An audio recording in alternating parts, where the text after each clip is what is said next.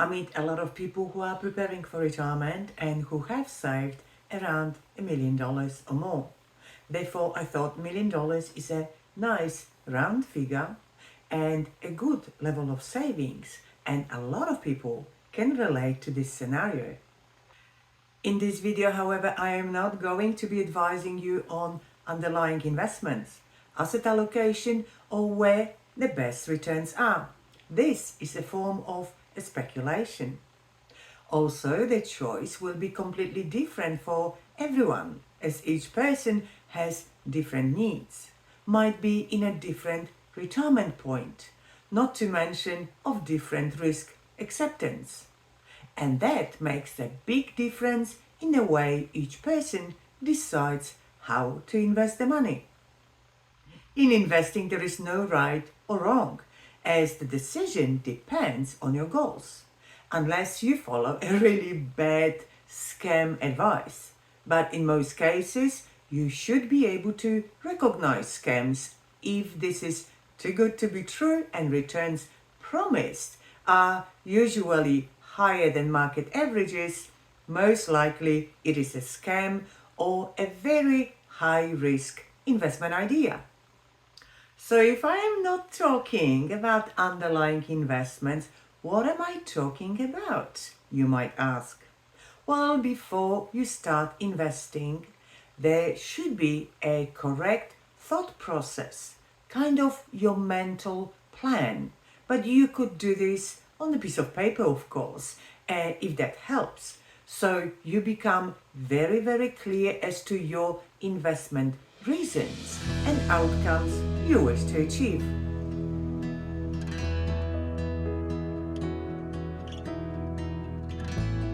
My name is Catherine Nisbrand from About Retirement. I'm certified financial planner and you are watching About Retirement TV, the place that I created for all Australians to learn how to be best prepared for retirement or how to improve it financially if you're already there.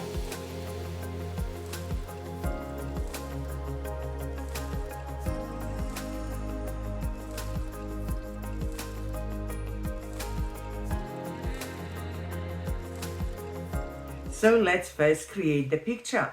You are in your late 50s or 60s or older. You are ready to retire relatively soon. You own your home. You have no outstanding debts. You have $1 million or more of investable funds. Question 1. What is the reason for your investing? What do you want to achieve from your money? Are you investing to replace your income? Are you going to continue working for a few years? Hence, income is not essential at first, but rather in few years' time. Those are actually complex questions, and you should really know your answers. You should know, for example, if your main purpose of investing is to be provided with income. If you are going to be working for a few extra years, income might not be your main goal, but rather growing your savings.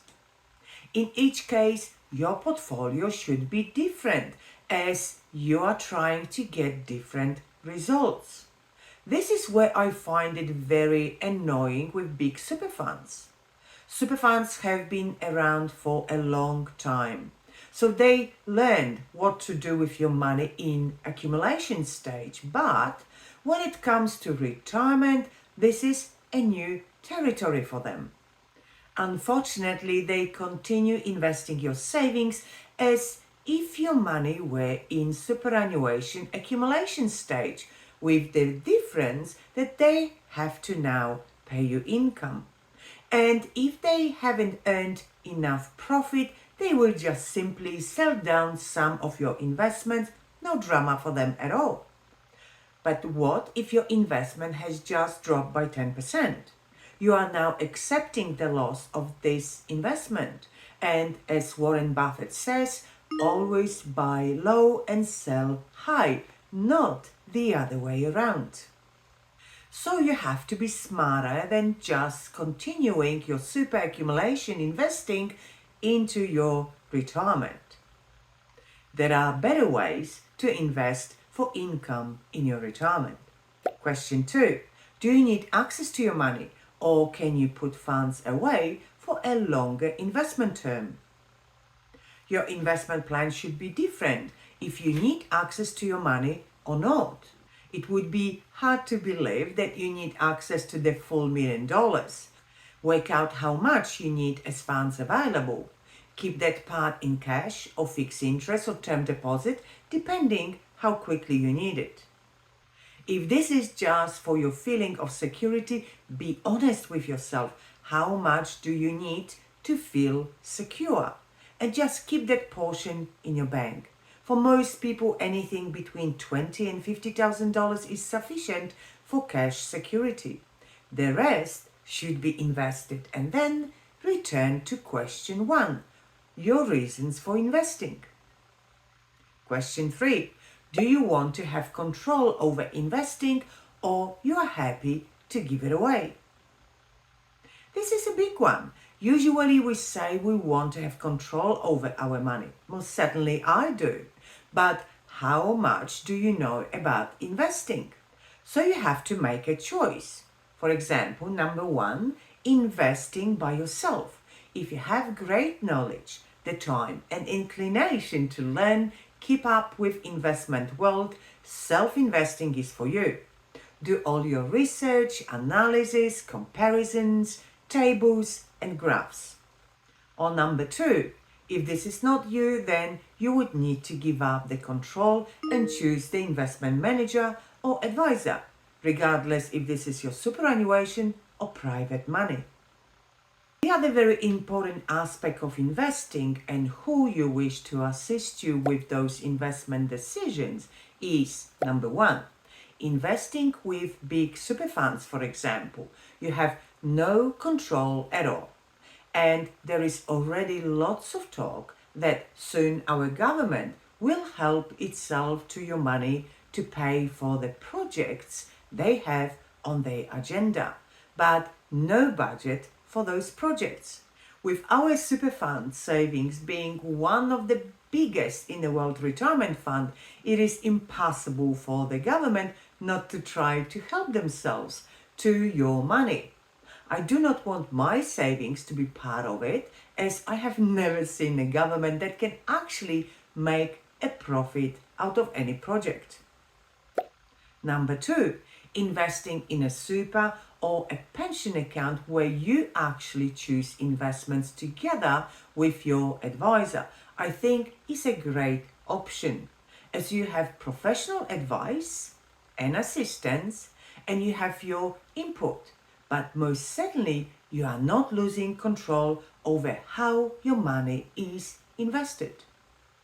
Of course, there could be some years where you might earn less and other years when your returns are greater, but you will always have control as to where your money goes and at what point you can have access to your savings.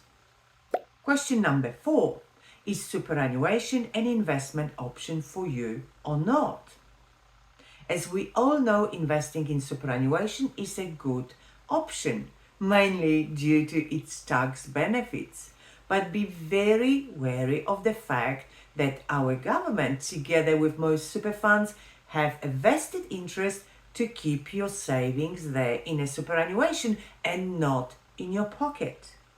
So you will hear more and more about fixed lifetime pensions that will promise you income for life in exchange for no access to your savings. This is heaven for all super funds. They will have your savings forever and you can say goodbye to spending it for yourself or your loved ones. There are better options available to you in retirement. All you need to do is ask. Question number 5. How much of assets and income security do you need in comparison to making your money grow, even if that means accepting some ups and downs in returns from year to year? This is a question that most people really cannot give a good answer to, but the easiest way to figure out this one is to calculate what is your must-have income. That level of income should be delivered to you no matter what form of assets you have, and it should be organized in the most secure, predictable way with no risk and no hoping for the market to give you good returns way. The rest of your income is additional over and above the must-have income, and that portion can be delivered from other income sources or investments of a more volatile nature.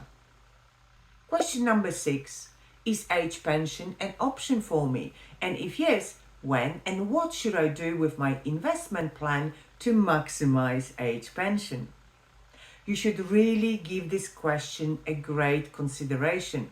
I keep saying that age pension is one of the greatest income sources you could receive in Australia.